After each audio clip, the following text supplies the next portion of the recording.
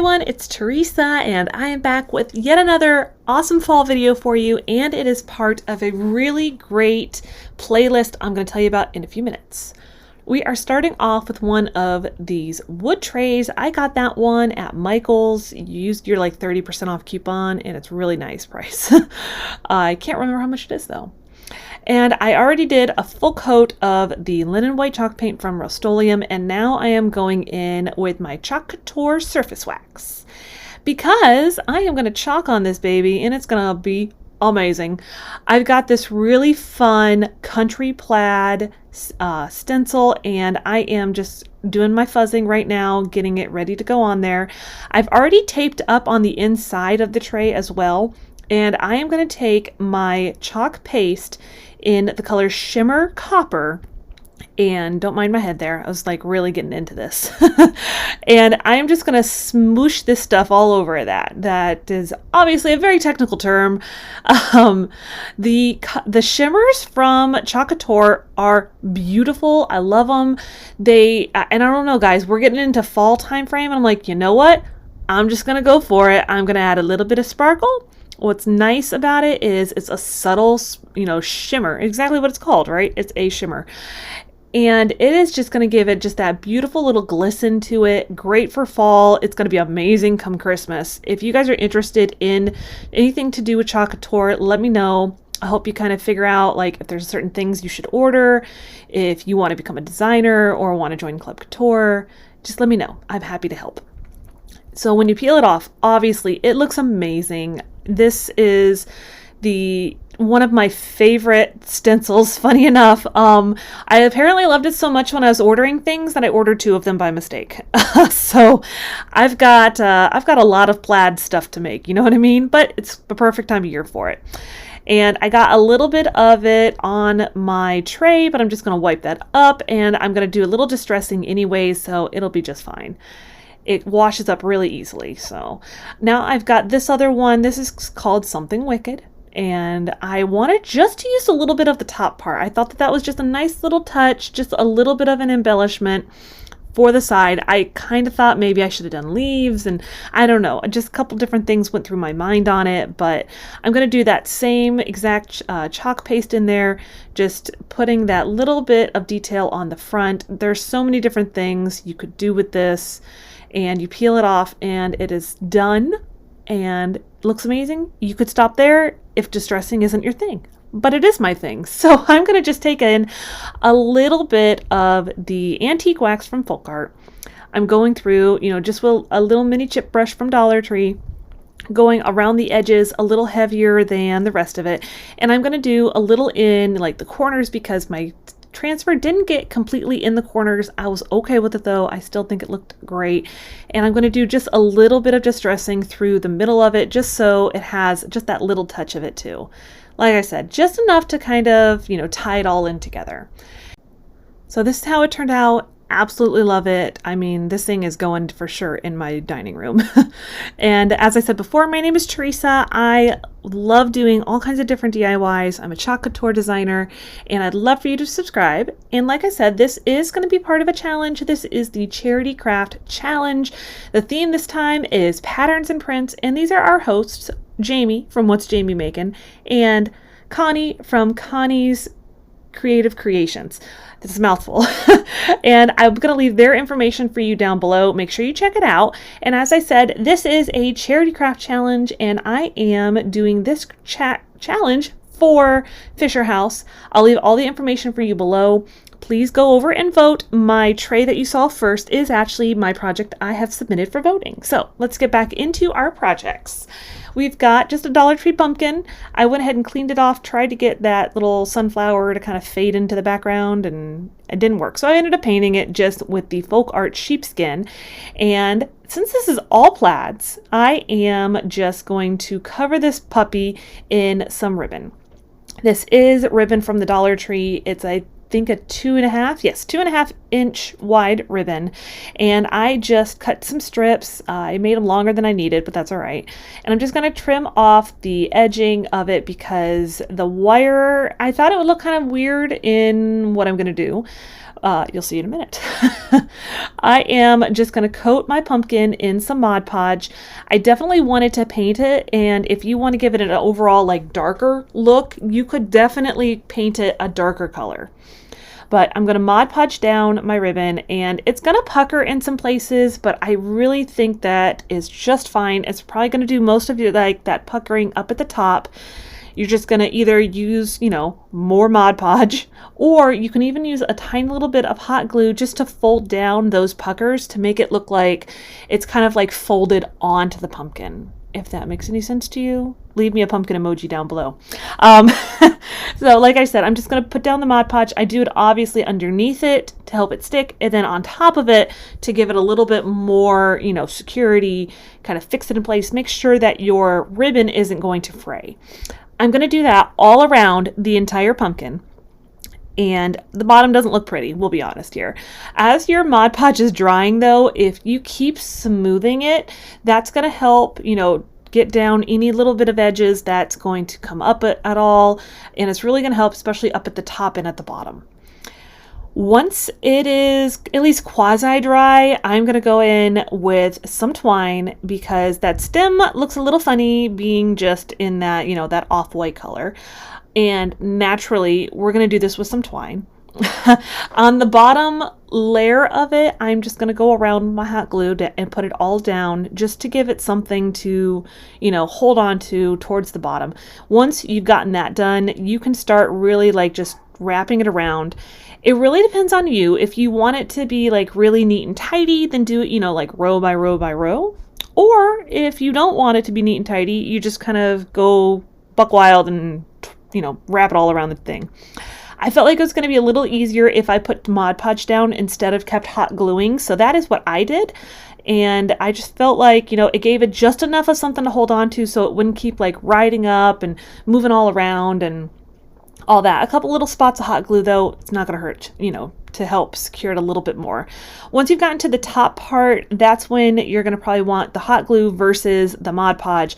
And I'm just going to put my hot glue down, kind of hold it in place for a second, let it dry a little, and kind of keep doing that until you've gotten the stem pretty much finished. You can also start from the top and work your way down. Just depends on you, how you like to do it. As I thought about it after the fact, I'm like, that probably would have been a little easier to start at the top. That's okay. This is how I did it. Here's how it turned out though. I think it's so cute and not something you see every day.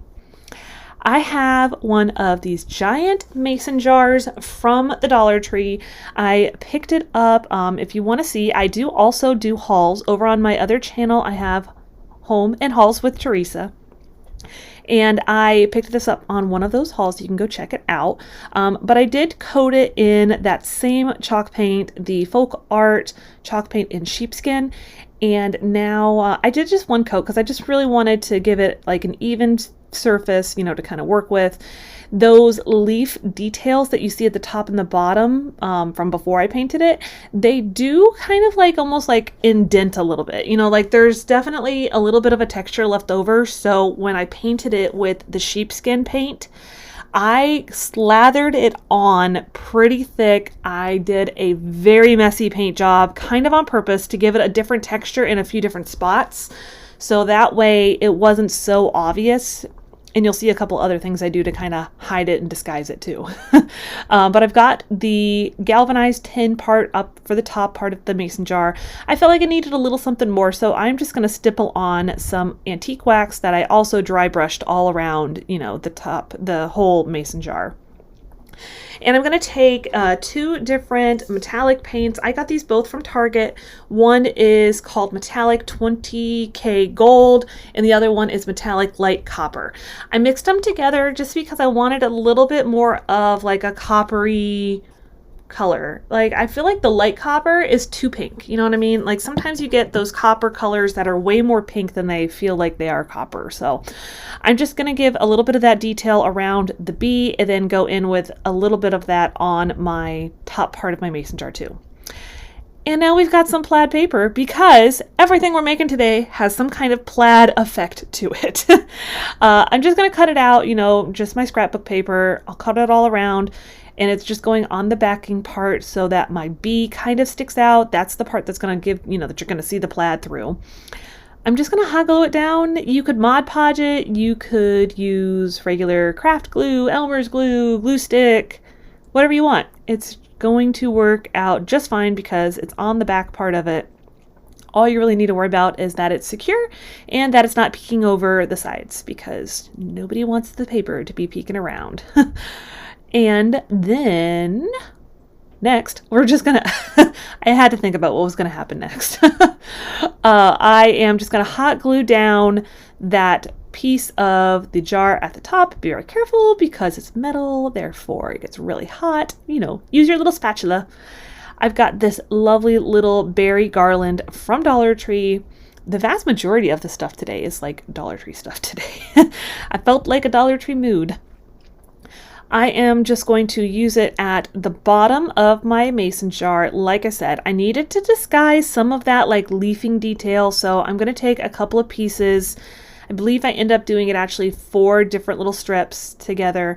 I'm going to just hot glue it on there just to give you something else to kind of look at, something to take away from any of that leafy design that you might see a little bit of. I was like, you know what? I need something to cover it up. And then I added, of course, a little twine bow. It's just like, I think 3 strands kind of tied together. Very easy shoestring bow. And some twine at the top. I mean, I was feeling the twine today. You know that? Sometimes you just need to add some twine. And once I've gotten, you know, an abundant number of of times wrapping it around, I'll just hot glue the back, and then I'm going to add another little bow to this. I was just, like I said, I was like the twine and the bows and lots of details on this mason jar. I felt like it was just cute. This is kind of what I was going for. Here it is, all finished up for you though. I think it's just a cute little addition to my tray. And I felt like I needed a little something more, so I'm going to take those 2 metallic paints. Again, I'm going to combine them. Eventually, or you're just going to look at them for a while. I'm just going to combine them like I did on the last project. And I'm going to paint the little candle. This one is some leftovers from last Halloween when I did a DIY with it. I just kind of took it apart and reused it.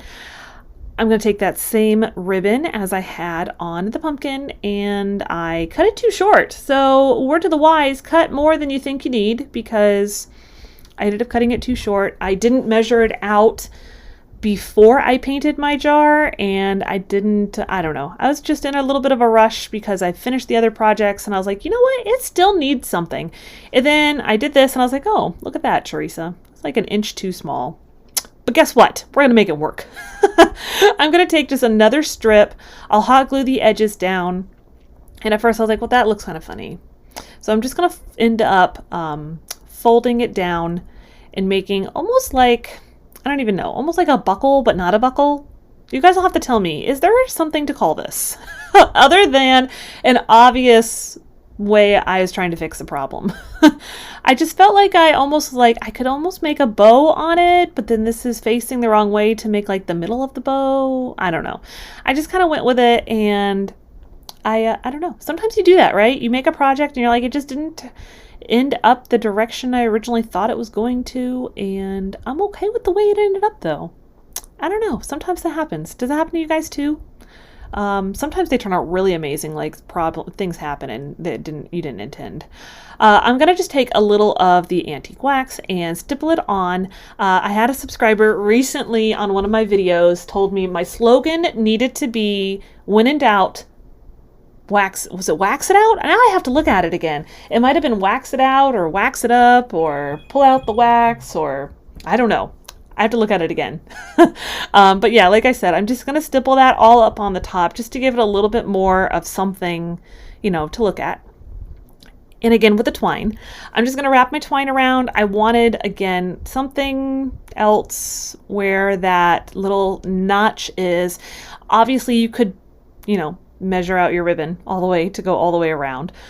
Or you could, if you make a mistake, it could be on the back. But like I said, I just kind of felt like doing a little something. And once that's done, I'll just make another little shoestring bow. I am going to do a double one this time. Super simple, super easy. For most people, they would probably do like a finger bow or something a little more complicated, but I am not a master bow person, so this was the way it was going to be. I think it still turned out pretty sweet though. I think it looks adorable altogether. Here's our end result with that candle. And that is the end of our video. Don't forget to go over and vote for your favorite project. It can be me if you want it to. I wouldn't mind it, of course. But if it's not, and then someone else's charity will win, and it will be amazing. Everyone's a winner because it's just a lot of amazing charities for you to go and check out. So I will now say goodbye, and I will see you next time.